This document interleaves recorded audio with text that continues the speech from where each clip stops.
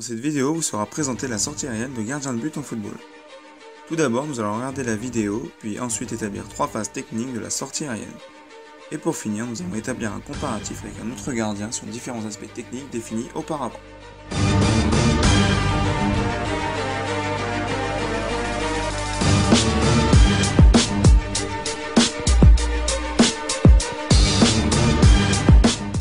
Suite à cette vidéo, nous pouvons définir la sortie aérienne en 3 phases.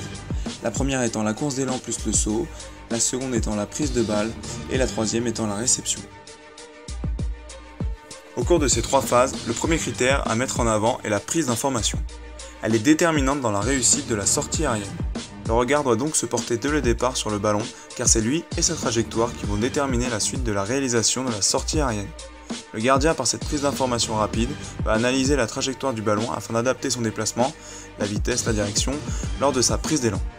Le regard est donc porté sur le ballon tout au long de la prise d'élan et jusqu'à la prise de balle pour ensuite se fixer sur le sol pour la réception.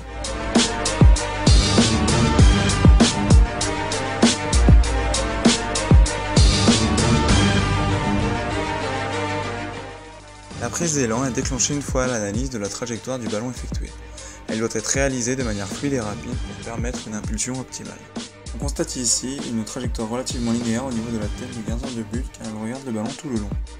Néanmoins, la trajectoire de la main montre que les bras ont une implication directe sur l'impulsion car ils font effet de levier pour gagner en hauteur et en puissance. Vient ensuite l'impulsion. Il faut donc venir chercher le ballon en avançant car ceci permet de ne pas être déséquilibré lors de la prise de balle et de gagner en puissance pour enclencher rapidement une relance par la suite. Il y a donc plusieurs étapes lors de l'impulsion. Cette impulsion se fait à une jambe d'appui pour laisser la jambe libre monter à la perpendiculaire du tronc. Ceci permet la protection du gardien lorsqu'il y a un adversaire. Au moment de l'impulsion, les bras viennent en direction du ballon pour venir le capter. Le fait que la jambe libre et les bras montent au moment de l'impulsion participe aussi à la réalisation d'une impulsion plus efficace pour aller chercher le ballon encore plus haut.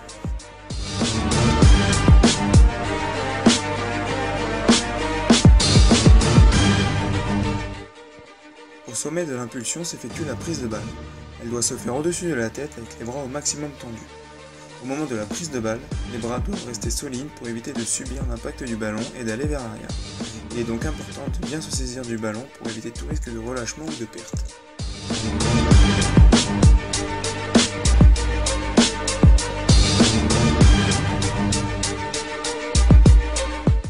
Elle s'effectue sur la jambe d'appui d'abord, puis sur la jambe libre. Au moment de la réception, il faut être au maximum gainé pour ne pas subir le choc au sol et pour être dans les meilleures conditions pour effectuer une relance rapide.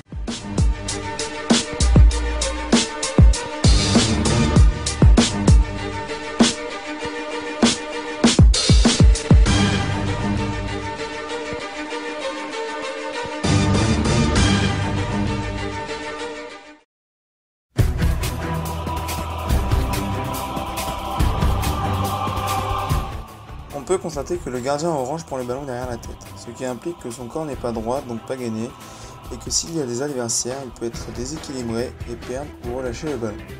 Il faut, comme vu précédemment, prendre le ballon au-dessus de la tête tout en avançant. Le fait de le prendre en arrière peut engendrer des conséquences sur le déséquilibre du gardien lors de la réception et de ce fait perdre de l'efficacité dans une relance rapide.